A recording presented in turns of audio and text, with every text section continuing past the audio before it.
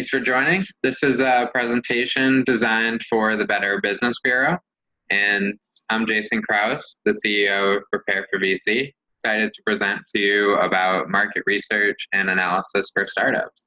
So just a quick background, Prepare for VC is a consulting and advisory group that also now has an accelerator program, basically designed to take startups through internal scale and also the whole fundraising process. So we started out, my background's in the venture capital space. A lot of our other advisors either have a background in VC or as entrepreneurs who've raised capital themselves. So really started out with a goal in mind of how do we help companies learn from the investor's perspective in their fundraising process, building out the pitch decks, financial materials, other documentation investors are looking for, and companies and founders don't always know what to put in front of them or how to pitch investors. So we wanted to help with that transition. And then we've grown and scaled into other service areas, and now we have a cohort program that we work with several 5 companies at the same time, bringing them through different lessons each week on, at the beginning, more internal operations, some topics like this about market research and analysis, and other ones towards the end of the program more about the funding side, putting financials, figuring out your valuation and how to pitch to investors with several demo days built in there as well. But yeah, I want to give you guys a snapshot into the market research and through our agenda here today, we'll go into identifying categories in which your product or service competes, how you should research some of the top competitors, finding underserved customers, examining different business models and pricing strategies, and how you can highlight features and customer needs. So first off, a big pet peeve of a lot of investors is when you say you have no competition. Every company has some sort of competition. This just means you haven't done your market research yet. And that's one scenario. The other scenario is maybe there's a reason and no one else wants to be in that business. So if you think about even when the first cell phones came out, like, sure, there were no other cell phones, but they're competing with landlines, they're competing with people sending messages by mail, other forms of communication that still are a broader form of competition, even if a cell phone or smartphone hadn't been invented yet. So it's important to think about not just companies that you're competing with, like, Uber doesn't compete with, or they compete with every single taxi company, but they compete with the idea of taxis in general. So yeah, more of the everything else you replace and people need to switch over to use your product is really how you should be thinking about the competition.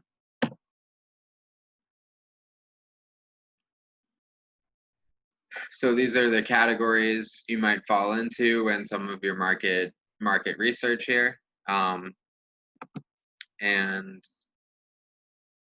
you can think about competition in terms of the industries like the real estate, waste management technologies, network security, or a function within that, such as advertisement, big data, several of these, and you don't necessarily have to fall into one. There's a lot of companies that'll overlap, such as the finance and technology space, forms the fintech industry, and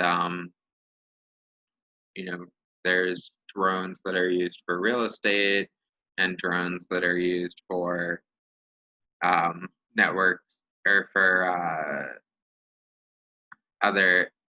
for e-commerce. So you might have companies or products you compete with in a space, but they might not be in the same exact overlapping space as you.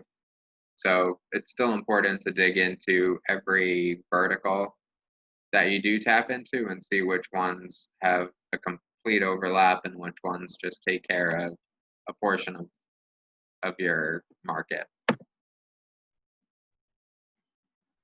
So digging in a little bit deeper there, if you're familiar with the company Slack and the platform, it's used by a lot of businesses as a communication channel where you can share files, chat with everyone else in the group, um, you know, and manage all your tasks in one place.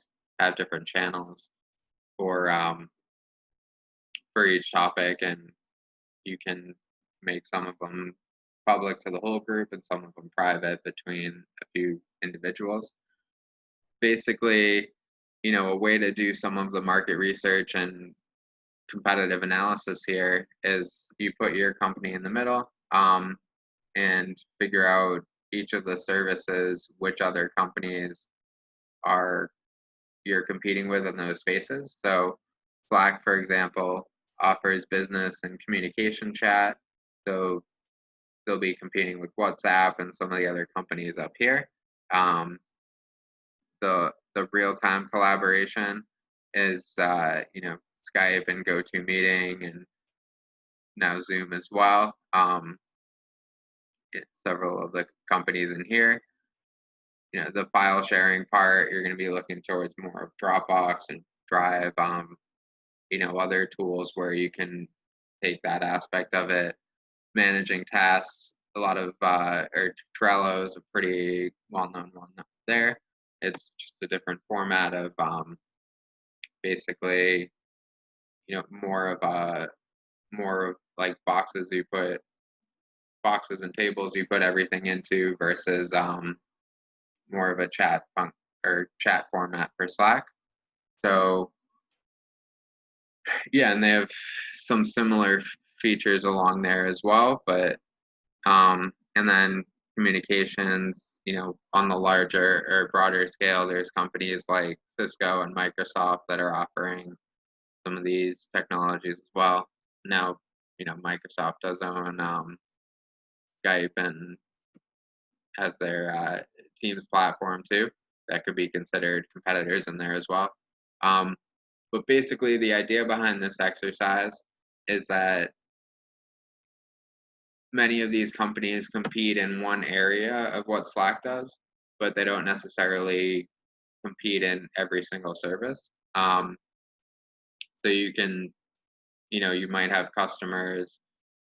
I mean, on one hand, you might have customers that want to use, want to bring their team from a WhatsApp chat into Slack, or, they might want to stop sending Dropbox links via email to everyone. They want to just have a Slack channel where they can do it all in one place. And you want to figure out in your market,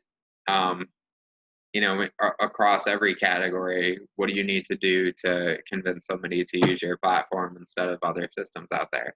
And they might still use other systems for, maybe they use your product to do several of these tasks, but they still use Trello for some other task. And that's okay. You just have to figure out how can you get them onto your platform and convince them that you have enough features and functionality to serve as a replacement for something else that is missing in their daily life or in their business.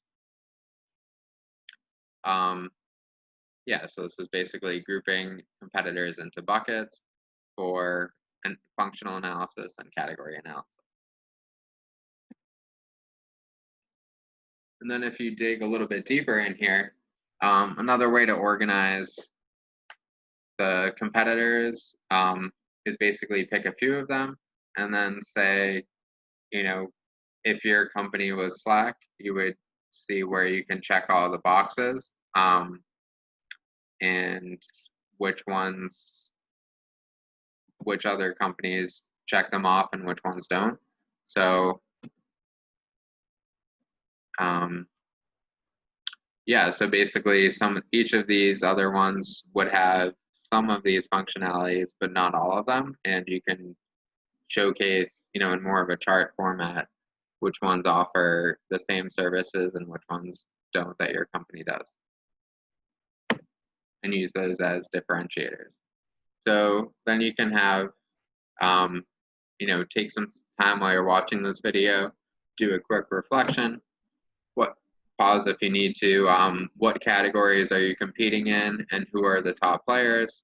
Remember, no company has zero competition, and you know, additionally, from all the competitors we described on that last slide, Slack also competes with phone calls, emails, face-to-face meetings, and interactions.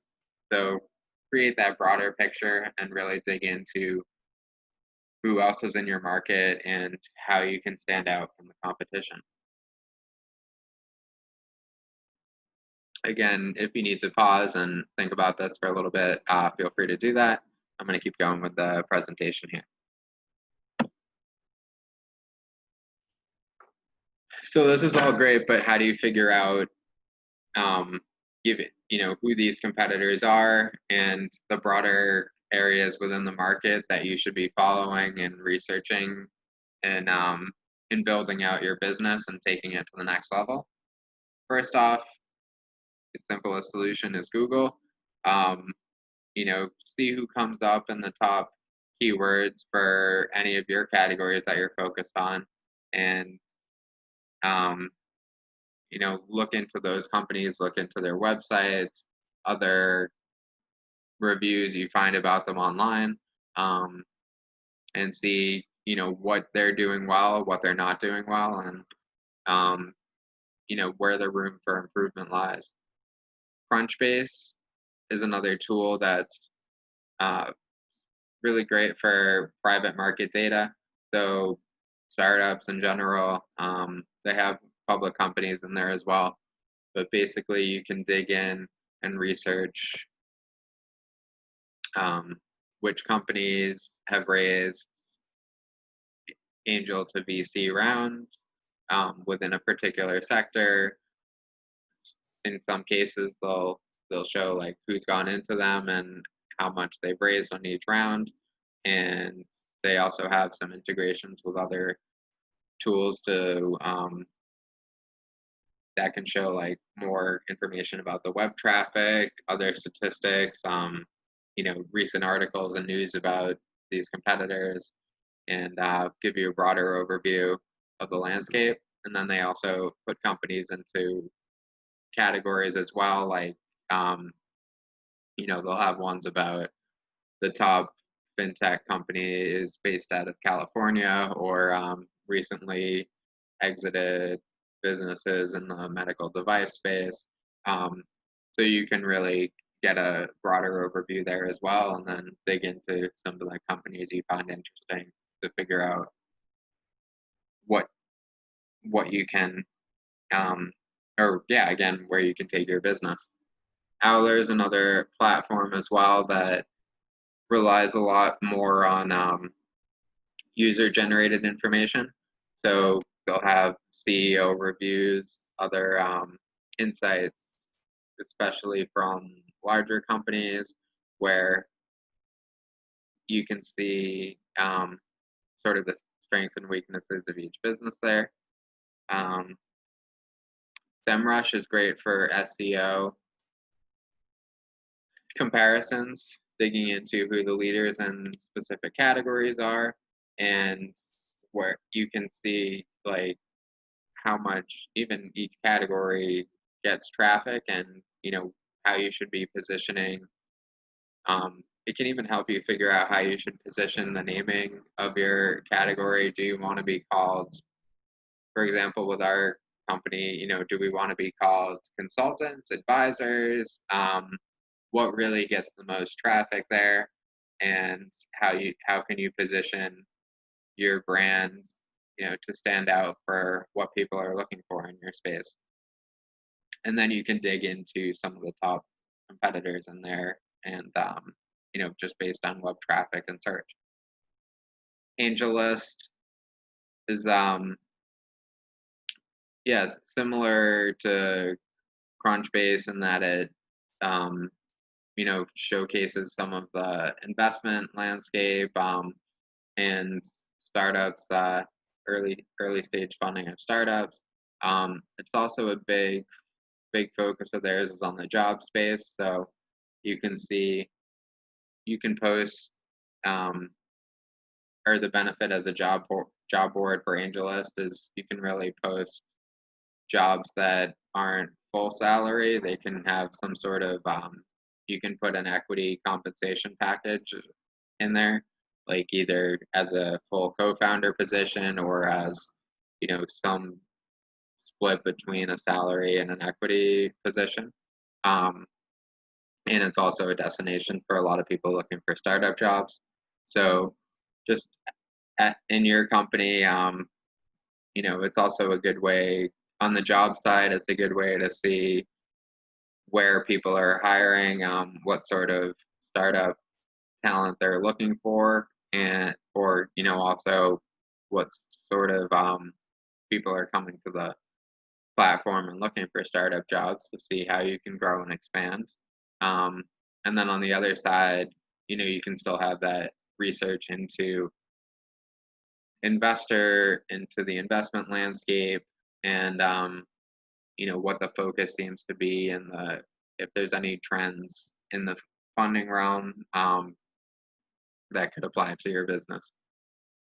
Trust radius is really good for reviews on these other brands. So you know um, if you're competing, yeah, with a certain like tech platform, biggest benefits are sort of in the tech or consumer product space for this. But if you're using Trust Radius, to see, maybe you're a company that wants to um,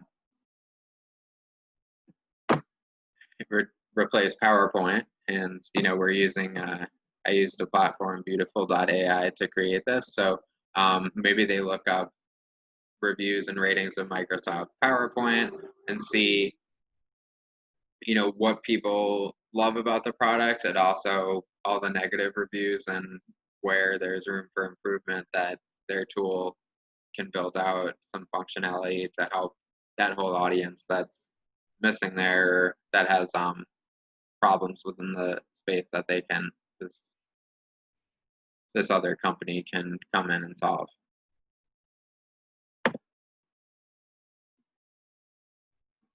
So when you're going through all of this research, um, there's some questions you should be thinking of as well.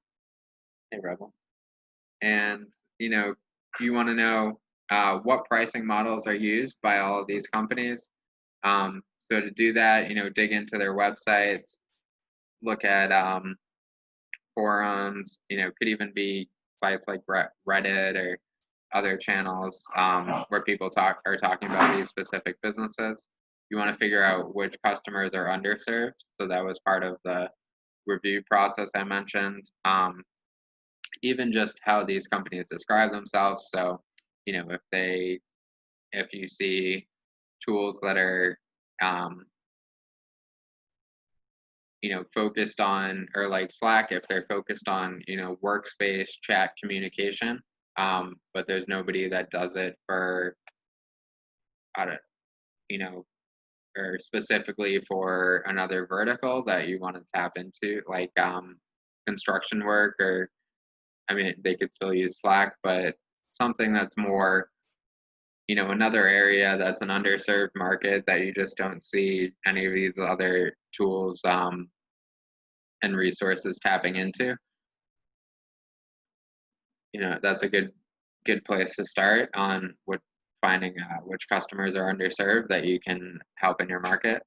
What are the biggest weaknesses of competitors?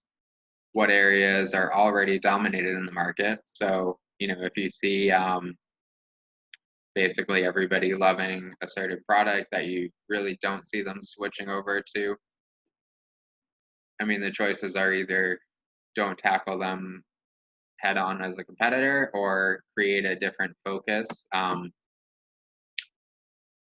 that you want for your business where they are underserving another market.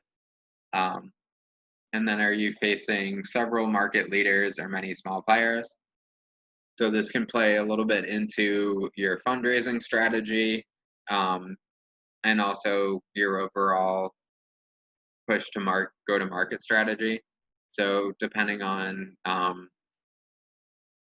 depending on the how the competitive landscape is lined up, maybe you need to take a small market share, be one of those small players and still have a massive company, or maybe there's a couple top competitors you want to build up and as more of an acquisition deal, as you scale your business, or maybe you think you can become that market leader and you know build your fundraising and growth plan around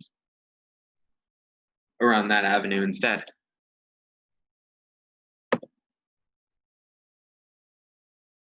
The other aspect, putting all of this together, of really diving into the market research, is you want to figure out what your value proposition is. So you've looked at who the competitors are, the categories you fall into the market, and now you really want to say, all right, this is what's missing out there. This is what we offer. Why should somebody choose us? And why should they switch? Why should they do it today? So the more value you can provide to your customers over the status quo, the easier it is for them to switch and the longer they'll stay with your business over somebody else. So, sometimes this can be cost, but you can come in as a cheaper solution in the market. But I'd say, if you want customers there longer term, the more it should be based around the value you can provide to them. Once they switch, why are they going to keep sticking with your product and never switch back to the next solution that comes along? So any tactics you can take to build customer loyalty, mostly by really knowing who your customer is and how you can better serve all of their needs than the standard solutions they have out there right now.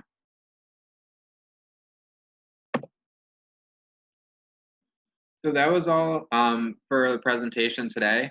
Again, thank you for watching this. I'm gonna pull up our website really.